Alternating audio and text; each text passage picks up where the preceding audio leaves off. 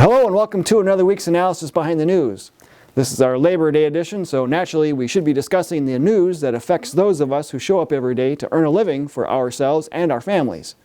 With that being said, what do you know about the Trans-Pacific Partnership? About NAFTA? About the Transatlantic Trade and Investment Partnership? About the Trade and Services Agreement? If all these names sound like alphabet soup to you without ringing any alarm bells, then you owe it to your fellow working stiffs to learn more about these agreements and why we need to stop Congress from passing any of these national suicide pacts. If you like having our country flooded with cheap, harmful products from foreign countries, then you're going to love these trade agreements. And many of these foreign countries are run by communist governments that place the value of human life much, much lower than we do. These pacts cause a form of integration that will bit by bit change the very system of government we all enjoy. Now, Brexit brought this to a head in the UK.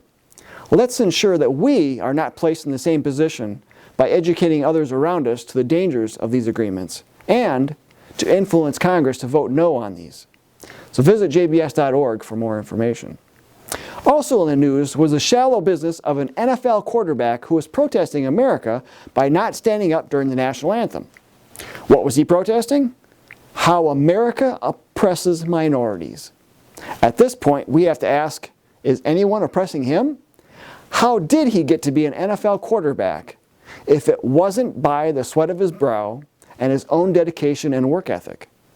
Shouldn't he at least recognize and try to live up to the role model that he could be to those that he considers oppressed?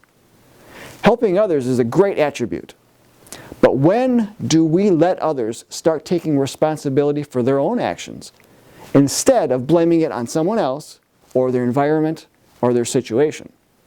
Should we not show others that there is hope in America to succeed regardless of our skin color? But of course, there are those that do not want to see people succeed. They are more interested in ensuring that there is a ready pool of victims that they can point to as a way to guarantee ongoing government programs that help those victims. To put this into some perspective, we tripped across a Facebook post the other day that took us to the Learn Liberty blog of the Institute for Humane Studies. The post was headlined, "The Welfare Cliff and Why Many Low-Income Workers Will Never Overcome Poverty." And they write in here, "Pretend you are a poor single parent of 2 in Chicago, earning $12 an hour, working full-time, and determined to do what is best for your family. And suppose your employer, impressed with your work, offers you training for and promotion to a new job paying $15. Should you take the offer?" Sounds like a no-brainer, but it's not. At your present $12 an hour, you are eligible for refundable tax credits, food assistance, housing assistance, child care assistance, and medical assistance worth nearly $42,000 combined. Together with your earned income after taxes of $22,000, you are now bringing home about $64,000 a year. If you take your employer's offer, you'll earn about $5,000 more after taxes, which ends up to be about $27,500. You will also become eligible for an Affordable Care Act premium tax credit, Obamacare. But at that level of earned income, all your other benefits would decrease by just over $8,000, more than your increase in net pay. This means the income you would bring home would decrease from $64,000 to about $61,000. Now, would you take your employer's offer? What would be best for you and your family, and move up the job ladder with a loss of nearly $3,000 in income, or staying in your same job and keeping the larger income? And then they go on to tell you a little bit more about what they call the welfare cliff, where the total incomes of poorer families drop as they increase their earned incomes. What do you think that does to the motivations of those caught in this situation? What does that do to the incentive to work hard and get ahead? When the argument is made that the government as a whole needs to do more for those on assistance, Doesn't this blog make the point that government has done enough damage to families and that government assistance should slowly be phased out? And speaking of those who helped to create victims, Hillary Clinton has racked up dozens of political endorsements from various Republicans. Now, for those of you who think that the battle for this country is centered on Republicans versus Democrats, does this seem a little bit odd to you?